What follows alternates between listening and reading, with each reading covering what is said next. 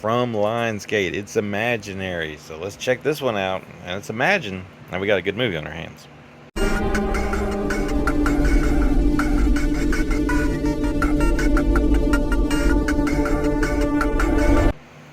Okay, so it's from Lionsgate. It's imaginary. It was in theaters for a little while earlier this year.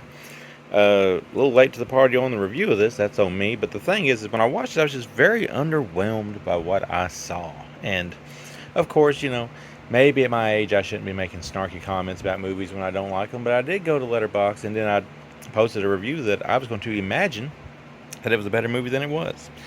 So yeah, I'll get that joke out of the way now, and we'll just professionally review this film from here on out. But nonetheless, it's about a woman who kind of like has a past, and she's been haunted by it, and it opens up with like a very weird dream sequence. And then this woman right here, of course, is now playing stepmommy to a younger girl right there, and an older teenage girl that you see right there.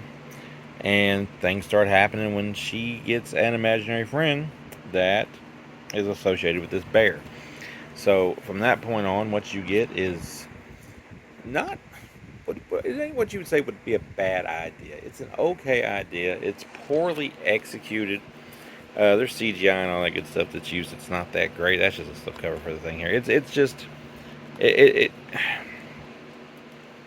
feels like it didn't fully commit to the concept, if that makes sense to you. I don't know how else to describe it, but it's like when it does try to go all with the imaginary stuff, it kind of gives you this big origin story about stuff, and you kind of like, you just don't really care about what you hear, to be honest with you. It's just one of them things where it's a good idea. Someone had a good idea. The bear gimmick is not a bad gimmick to have for the movie, but it just isn't delivered good. There's like a whole big thing when a big reveal about this bear happens, and you're just kind of like, well, that's one way to go about things if you're trying to get a bit of a surprise out of people. But your follow-up is the key, and the follow-up is not there. The acting is wooding. The movie just seems damper.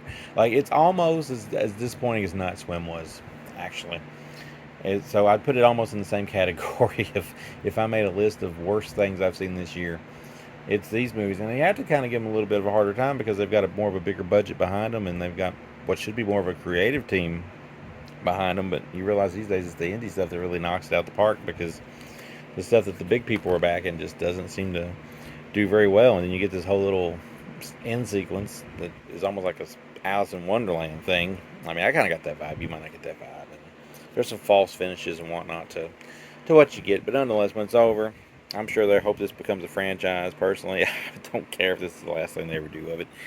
Audio commentary in this thing, we get We Do Imaginary Friend, Frills and Thrills, Crafting the Beast of Imaginary, Bringing the Nightmares to Life. So yeah, I mean, it tries to be something that it ultimately fails at being, and you just kind of get left with a blah movie that maybe if you've got like a girlfriend or something that's a little bit, jumpy about jump scares and whatnot, it might be an okay date night movie. But if you're like a real good, like, connoisseur of horror films, this isn't something you're going to want to waste your time with.